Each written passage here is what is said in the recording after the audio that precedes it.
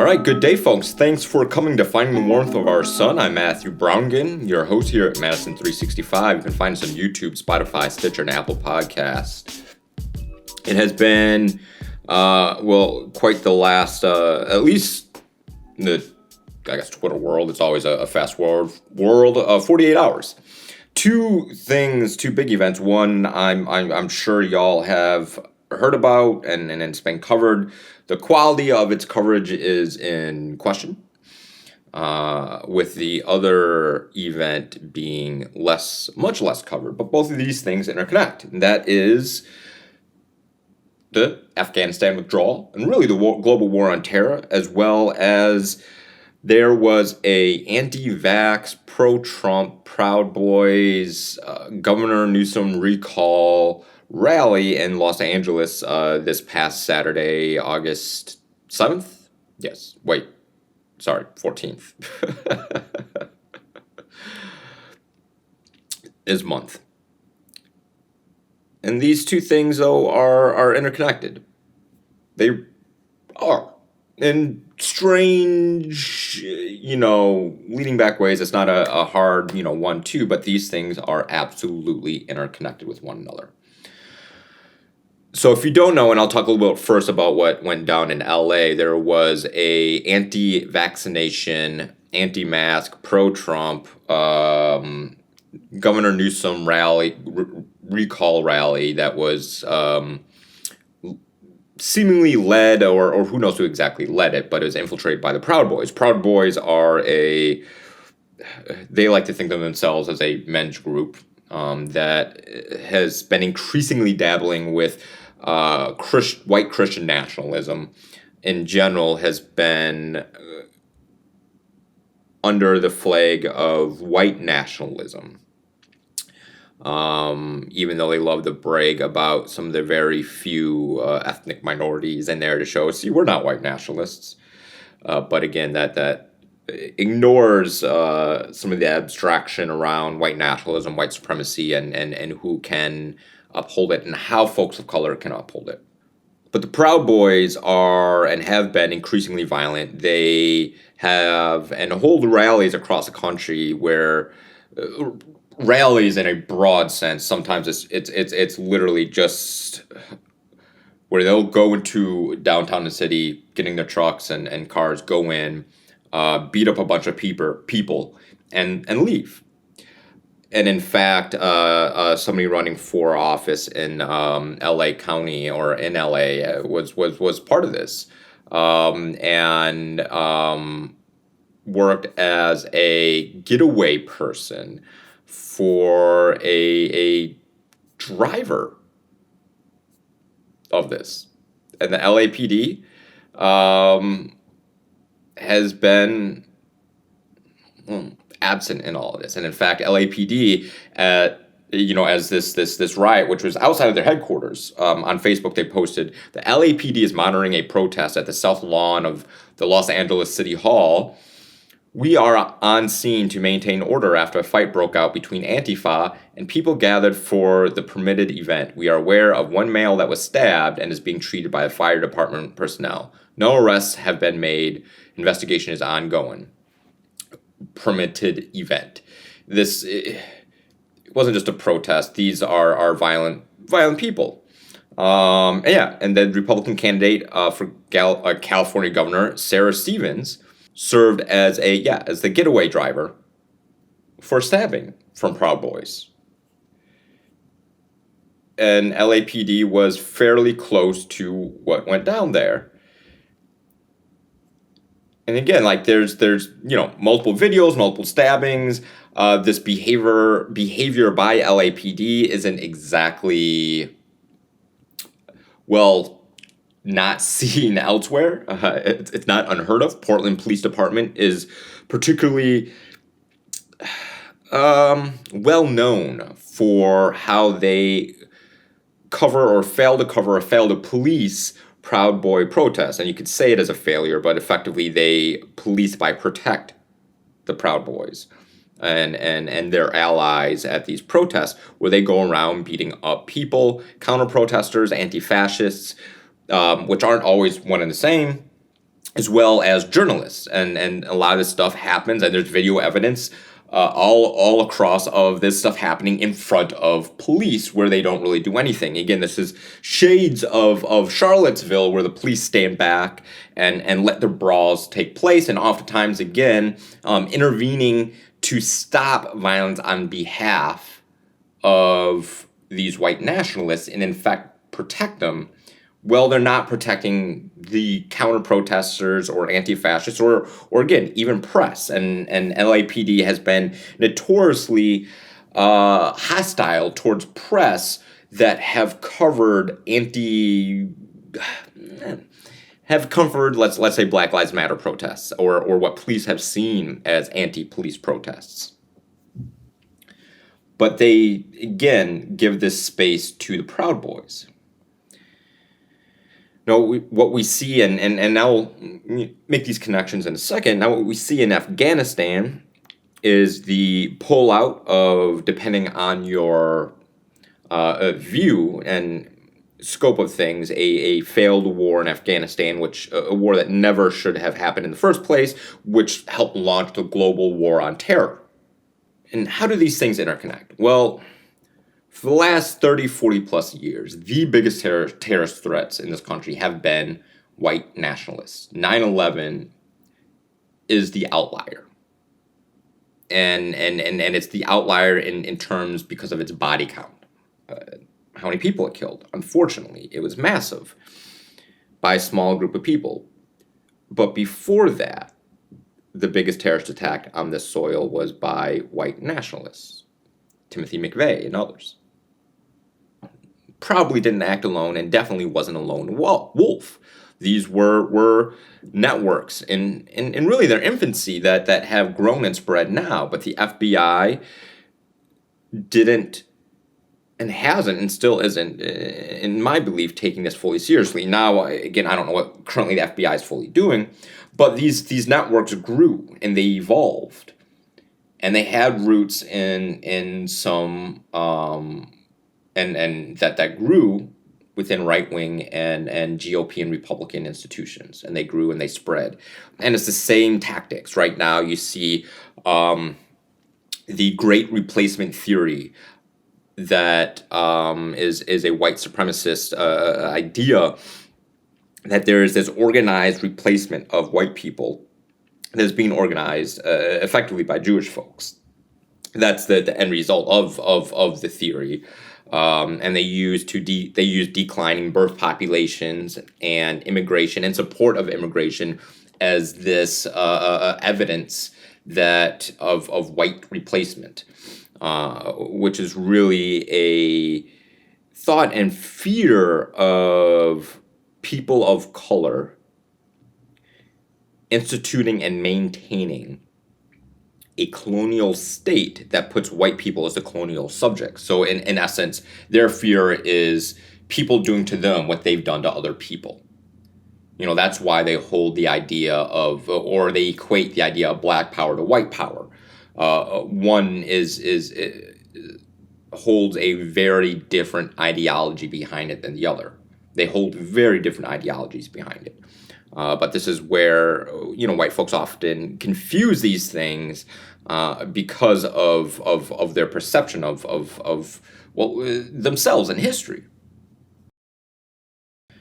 So the FBI didn't take, though, these white nationalist threats seriously. Neither has the media or a lot of media figures, both historically and present day. We don't cover these threats seriously and the threat to the U.S. government seriously. These are terroristic threats that should be dealt not through a military or militaristic way, but through regular police actions. Or when I say police actions, I mean through a law arm, through the justice system, that could be addressed through current infrastructure we have set in place, not through, we don't need brand new infrastructure to address these folks that are actively talking about armed violence against the U.S. government. I mean, these things are already written into law. It's very clear. We can do these things and go after them. But I mean, we have these people on the right that are giving these speeches, be it individuals or elected reps, that are giving these speeches openly calling for violence against U.S. government and U.S. government officials that just walk away and go from rally to rally. This is all recorded. This is all there, like the governor candidate that was a getaway driver. Like there's the license plate is covered, like in video, and it matches her plate. Like this is documented. Again, like there's video evidence of this, of her car, of doing this after stabbing with the Proud Boys. But the press isn't covering this way, isn't covering it as as a threat to national security in the same way. And we know if these folks were Muslim, brown or black, a fraction of the type of call to violence would be covered across the media. We know how sensational the media loves to make any Black Lives Matter protests that turn into so-called riots. Most of those were instigated by the police themselves, and they cover them as these big sensational things. I am willing to bet over the coming days, before this is released on Wednesday, that the media will minimally cover what went down in LA. Won't really dig into it. Won't ask why the LAPD didn't do anything to prevent it or to stop it and to interrupt it. Where does this tie in with Afghanistan? Or really the global war on terror? Well, we can see it. Again, high death count, but low threat to the U.S. government, the U.S. media, helped with the warmongering, helped build up this great threat of this global war, this global terrorism that, again, should have been dealt with in a police and intelligence way and not a militaristic way. The Afghanistan government, the Taliban at that time, and after a few months of bombing, this is, again, documented. You could search this. There is real citation of this, offered to hand over Osama bin Laden to a third country, that we would then take, custody of him. Bush was on a warpath. The media, even small portions of the media, reported this, but generally ignored it and didn't ask those questions and push this. They helped sustain and build the Department of Homeland Security, a massive bureaucratic machine that is taking away all sorts of fruits and of our own liberties. And I mean, it's a giant mess, particularly when we look at ICE. But we look at how many of these people also hold the same views as these white nationalists, and we're also infiltrated by white nationalists. We know that there's a Department of Homeland Security report about white nationalists, white supremacists, intentionally infiltrating law enforcement with, that's beyond just the natural bias and baked in white supremacy within law enforcement and its apparatus, recruiting law enforcement individuals, going and joining the military to get military training, coming back home and taking those lessons learned and applying them into recruiting and building effectively terrorist cells within the United States that's centered around white supremacy and white nationalism.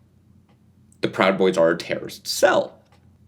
But the media got caught up in bombing a brown country, even though they offered to hand over the person responsible for 9/11, or at least one of the people responsible for 9/11.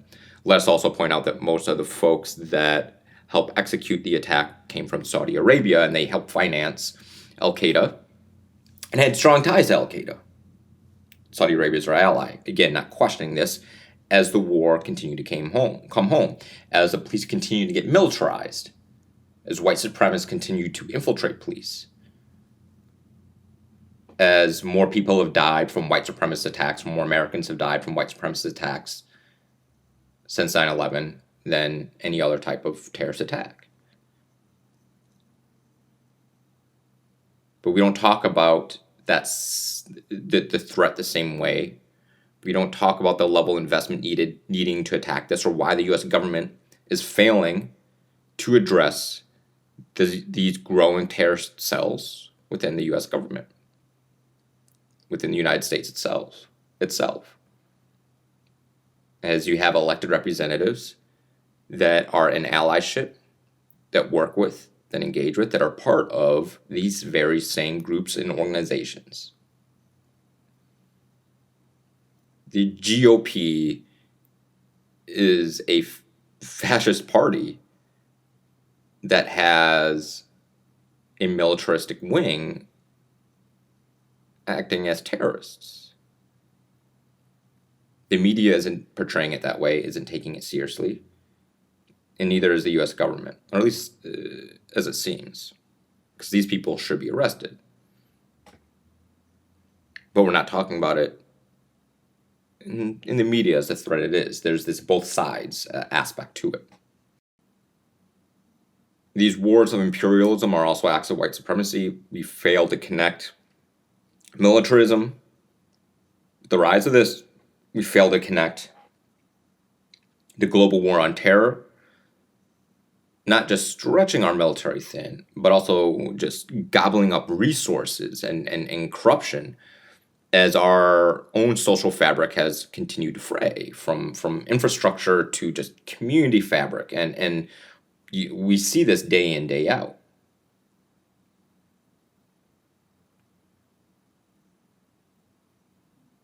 Refuse to cover the need to accept refugees to deal with the humanitarian crisis.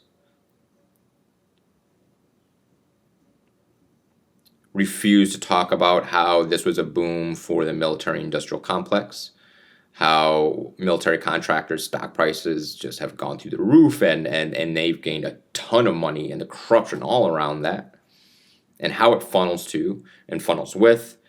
We know some of these, not just the builders of military machines like Lockheed, but some of the independent contractors that were on the ground. The most famous that we know of was formerly called Blackwater, and they've changed their whole, whatever they call themselves.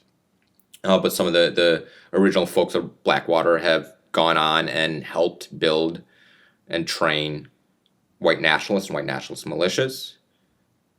These things are intrinsically connected. The military-industrial complex and our wars of imperialism are directly connected with white nationalists. From a failure of our U.S. government to address white nationalism as it embraces imperialism, the media warmongering, and failing to cover the rise of the threat and rise of white supremacists within this country for over the past 30 years. This has been a long movement, and you can trace its roots to the 80s and 90s. Same types of tactics. Not questioning why the FBI is failing to protect the country. And it makes me question what the FBI is doing in its own levels of corruption. And these things are, just growing and snowballing in a variety of different ways. But we need to connect these things and law enforcement to it, and their failure to take action against these white nationalists, and at times protect them, and at times be part of it.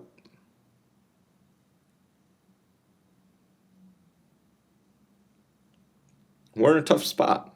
We're in a real tough spot.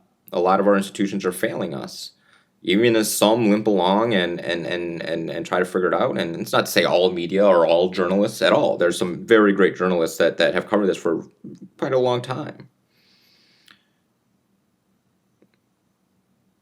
It's hard to know where this is going to go and how to do it. But as we pull out of Afghanistan, in humiliating fashion, even though we should have pulled out years ago, we need to remember effectively how the war has come home and how it's impacting us today. Because what happened in LA is a part of that war. In a lot of real ways, also a part of the core central conflict that has been part of the United States since its founding. Are we to be a pluralistic multicultural democracy? which we originally weren't. But as that seed of the conflict was there and led to the Civil War. I mean, those high-minded ideals that have always been a lie, but they were there. The ideals were there. And as long as those ideals were there, it heightens the hypocrisy. And it heightens this cleavage of what some very want and very much see the United States as a white nationalist, white Christian society that leaves all of us that aren't part of that, at minimum, as second-class citizens. That is it for this week. Thanks for coming to Find the Warmth of Our Sun. I'm Matthew Browngan, your host here at Madison 365. You can find us on YouTube, Spotify, Stitcher, and Apple Podcasts. Thanks for coming. Hope you all have a good week. Mask up if you can. Get that booster shot. Go ahead and get that. I'll probably get mine too. So I'm immunocompromised. Hope you guys have a great week. Thanks for coming. Bye.